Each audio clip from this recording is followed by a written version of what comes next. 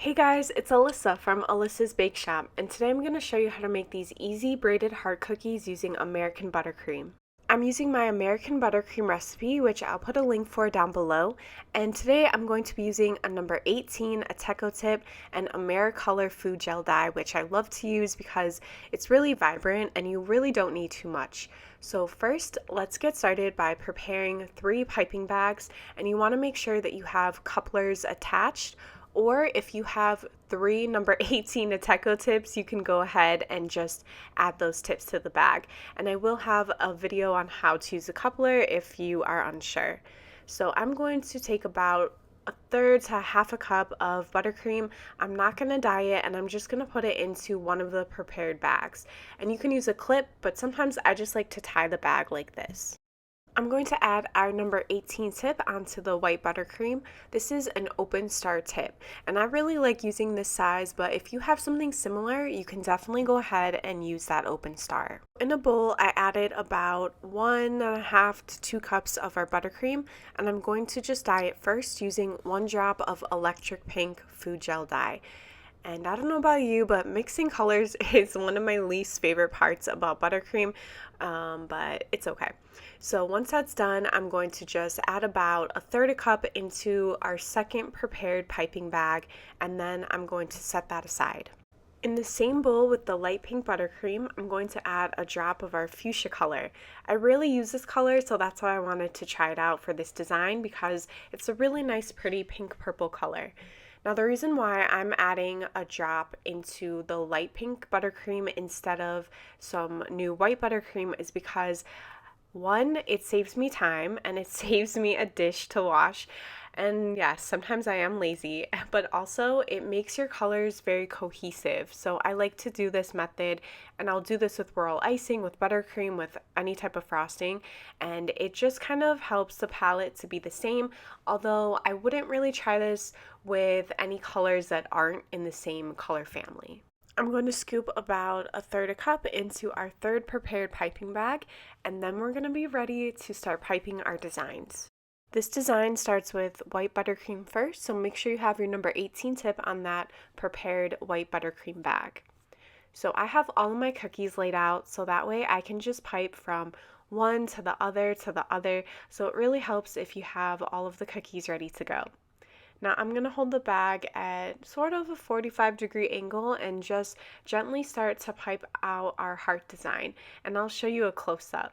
So I'm just going to go by piping the left and then the right, and you want to make sure that you overlap the end. So when you finish piping the left side, then you want the right side to cross over it, and then keep doing the same motion all the way down the cookie. The cookies that I'm using today are my soft cutout sugar cookie recipe, and I can post a link for that too. This is my favorite recipe, my ride or die recipe. I use this all the time, and it pairs really well with American buttercream because the cookie itself is buttery and it's not sweet. So because of that, it's able to be paired with something like an American buttercream, which definitely is the sweetest of the buttercreams. Also, American buttercream does crust, so this design will be pretty stable. So now that I have all of the white hearts piped out, I'm going to just remove the tip and clean this out really quickly, and then we're going to add it to our light pink buttercream bag. And to avoid washing multiple times in between, that's why I just like to pipe out all of the same colored hearts and then move on to the next one. You want to continue to do the same exact motion and make sure that it's kind of touching the white buttercream so it looks like a braided design. You want to pipe the left and then the right over that left part of the heart. So left, right, and make sure that it's overlapping. When I first was practicing this, I kind of wanted to cover the whole cookie, but I decided it looks better if some of the cookie is showing.